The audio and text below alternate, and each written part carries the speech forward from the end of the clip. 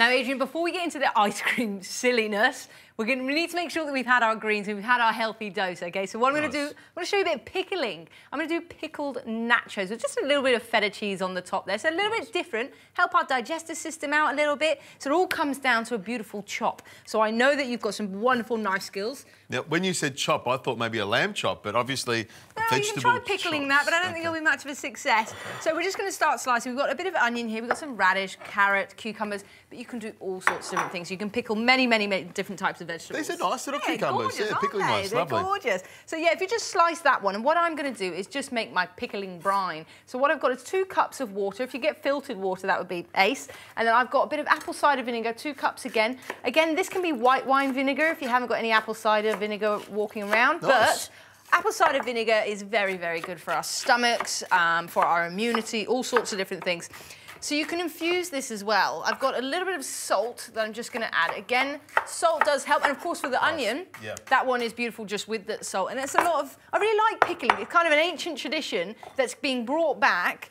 And even in places where it's too cold to grow your own veg, they have whole pickling cupboards, and it's just beautiful. So I find it really, really interesting. So I'm glad we're doing this. I love pickling vegetables. I do a lot of pickling, and I do pickle lamb and beef from occasion. Do you? I do. I love them. Yeah, I think you can really pickle almost anything. So I've got a few mustard seeds. Of course, you can go crazy. This is a really unique way of showing your personality as well. I've got some cinnamon sticks, some peppercorns as well.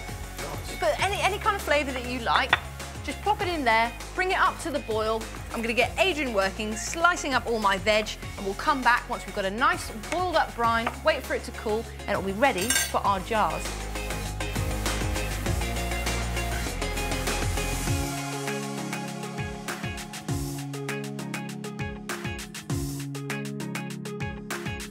So they can just all be done. Plopped into the fridge for, I wouldn't start eating them. I mean, you can start eating them after 48 hours, but give it a good week, if not 3 weeks, and they're going to stay, I would say, for 2 months. How wonderful is that? You can pop them on the shelf and you'll be just like Martha Stewart, wouldn't you? There we go. Indeed you will. Now, these are the ones that have already been done. That's it. A good month ago, I had a little go at it. I've got some radishes and cucumbers there. So I've got some rice crackers. So I wanted to just do nachos a little bit differently. You don't always have to stop at, you know, your kind of tortilla chips. So if you want to get cracking into one of those as well. So any kind of cracker, you can turn into nachos. So what we're just going to do, pop the whole lot in there? Make our layers, get messy.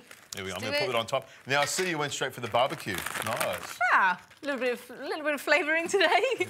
So what we'll do is we'll just scatter them around there. What you can do is just grab your pickled veg. It's just perfect. You've got a few people coming over, you're entertaining a little bit. You've got all your nutritionist friends coming over. Which means I'll be eating on my own. There we go. Or maybe just for one. There we go.